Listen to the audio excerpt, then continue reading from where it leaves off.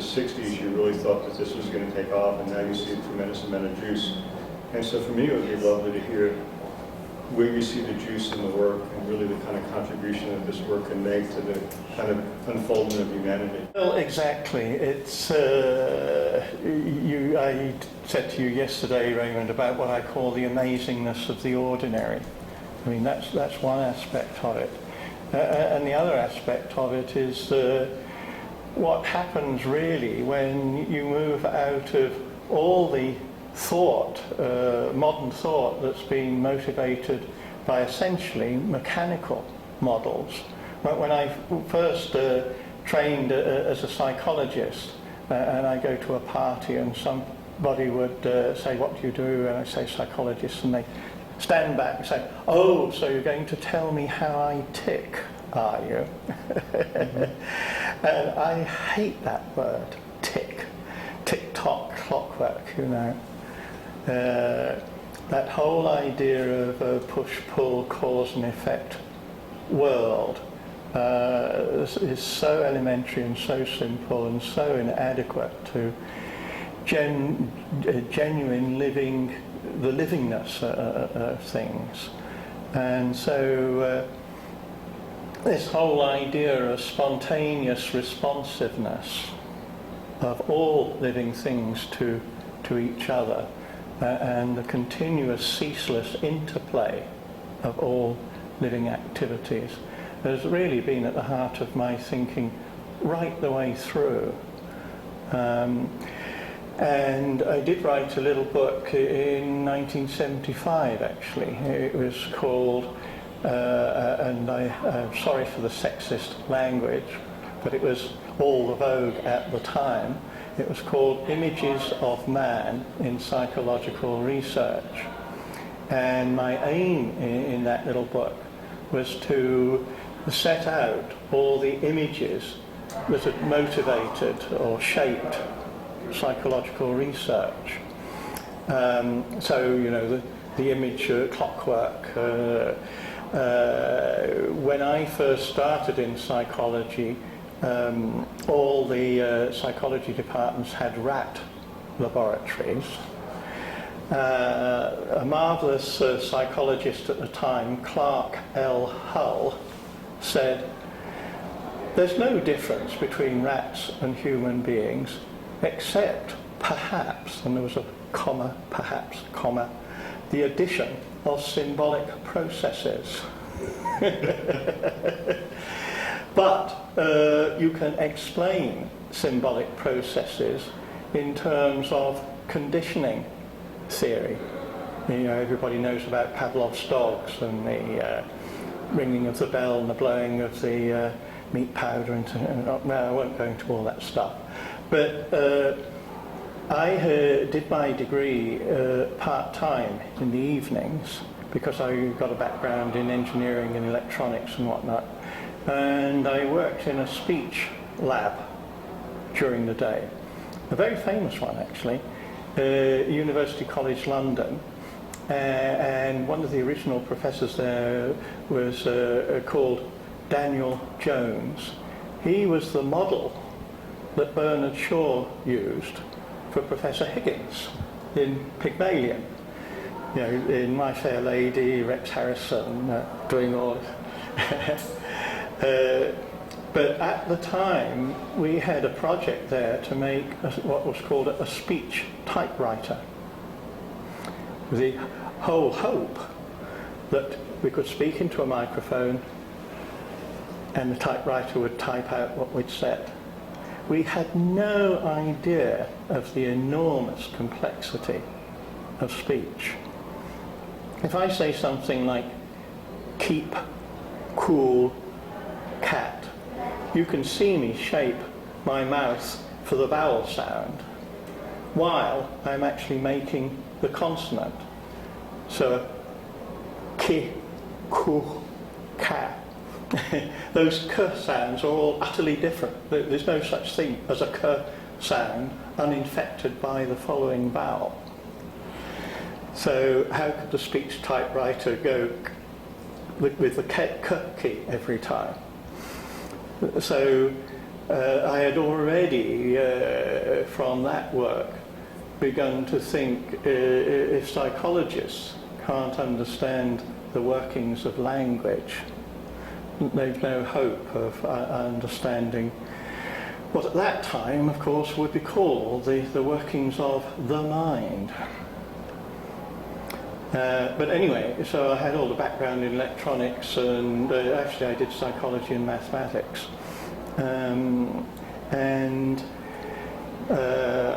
I got my first job half in psychology and half in electrical engineering.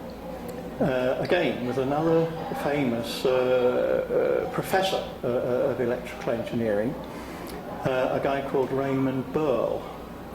He was actually the inventor of what are called photomultiplier tubes that work in night vision binoculars. But he was the very first person in the world to do a computer simulation. So I was there in the electrical engineering department. Actually, I was working on a project to do with the night vision binoculars, because, well, I won't go to the electronics of it, but the basic project was you can increase the contrast of the light as much as you like, but the more you increase it, you will lose resolution. So it was a play-off between the amplification of the light and the loss of resolution. It was a so-called signal detection theory-driven project. But at the same time, the artificial intelligence people were sitting next to me, and we were discussing all of those issues all the time. So when I got that's when I was a graduate student, got a full-time appointment in the psychology department, I myself went over to the artificial intelligence stuff, and this was this morning when I said I was very influenced by Chomsky's work. And my very first published paper is in the journal Nature. You know, Nature's the equivalent of Science here in America. Pretty prestigious journal. And I really thought I was going places. But it was in the days when computers worked on punch paper tape.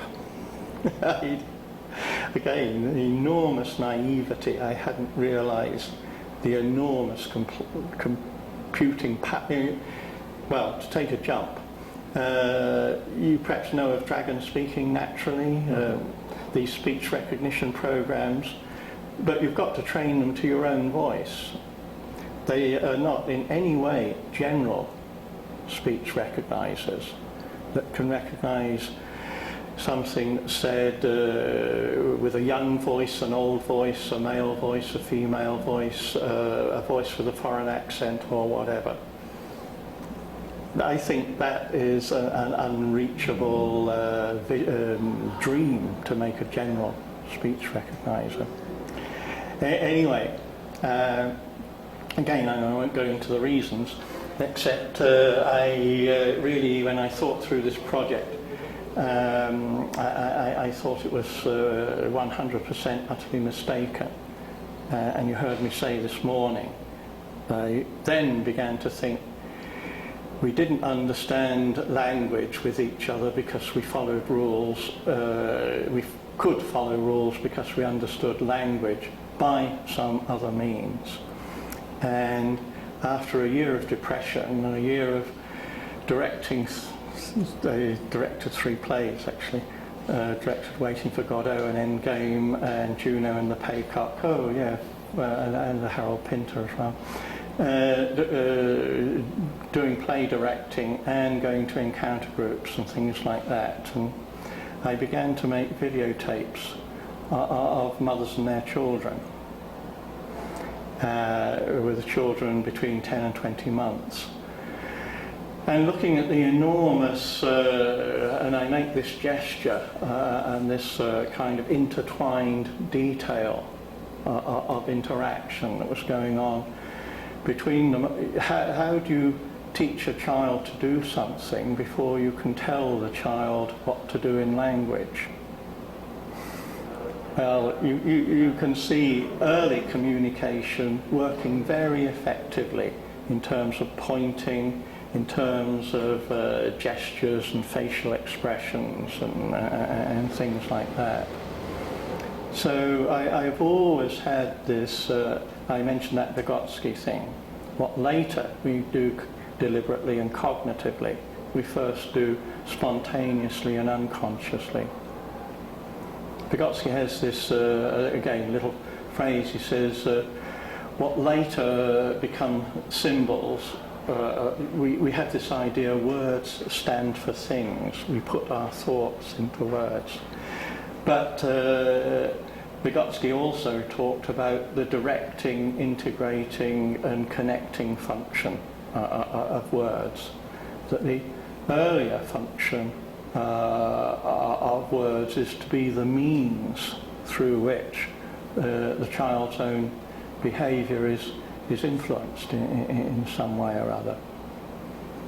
So for me, this has all been my orientation right the way through from when I began this kind of work, actually in 1970. I can't believe that God, that's 58 years. Is it? Yes. Bloody hell. Anyway, what I first called the work I was doing, I called it social ecology, because I wanted to suggest that let's go back to the child.